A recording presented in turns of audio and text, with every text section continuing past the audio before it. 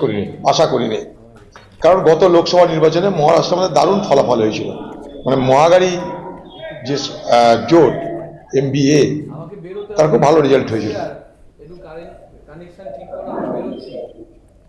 কিন্তু এইবার গোটা নির্বাচনী মহলটাকে, নির্বাচনী বাতাবরণটাকে বিজেপি RSS এরা মিলে সম্পূর্ণভাবে ধর্মীয় মেরুকরণের রাস্তায় নিয়ে গেল।